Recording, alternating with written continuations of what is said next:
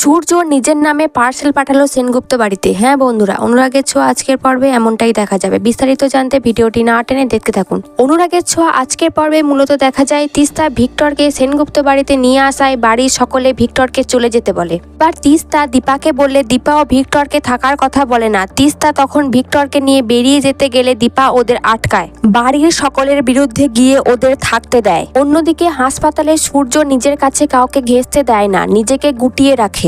হঠাৎ সেনগুপ্ত বাড়িতে পার্সেল আসে সূর্যর নামে। প্রবীর সেনগুপ্ত পার্সেল নেয় আর জয় খুলে দেখে তার মধ্যে কিছু পাথর ভরা। তখন দীপা ছুটে ডেলিভারি বয়কে ধরতে গেলে সে বাইক নিয়ে পালিয়ে যায়।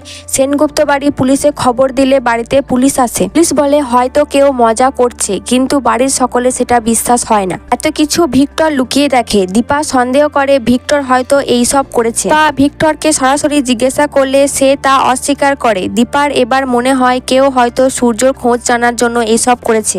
কে পাঠালো এই পার্সেল? এসবের পিছনে ভিক্টর আছে নাকি আবার কোনো নতুন শত্রুর আগমন হতে চলেছে? আপনাদের কি মনে হয়? জানতে হলে চোখ রাখুন টলিউড গল্পে। অনুরাগের ছোঁয়ার পরবর্তী আপডেট পেতে চ্যানেলটিকে সাবস্ক্রাইব করে পাশে থাকা বেল আইকনটি ক্লিক করে রাখুন। আর ভালো লাগলে অবশ্যই একটি লাইক কমেন্ট করতে ভুলবেন না।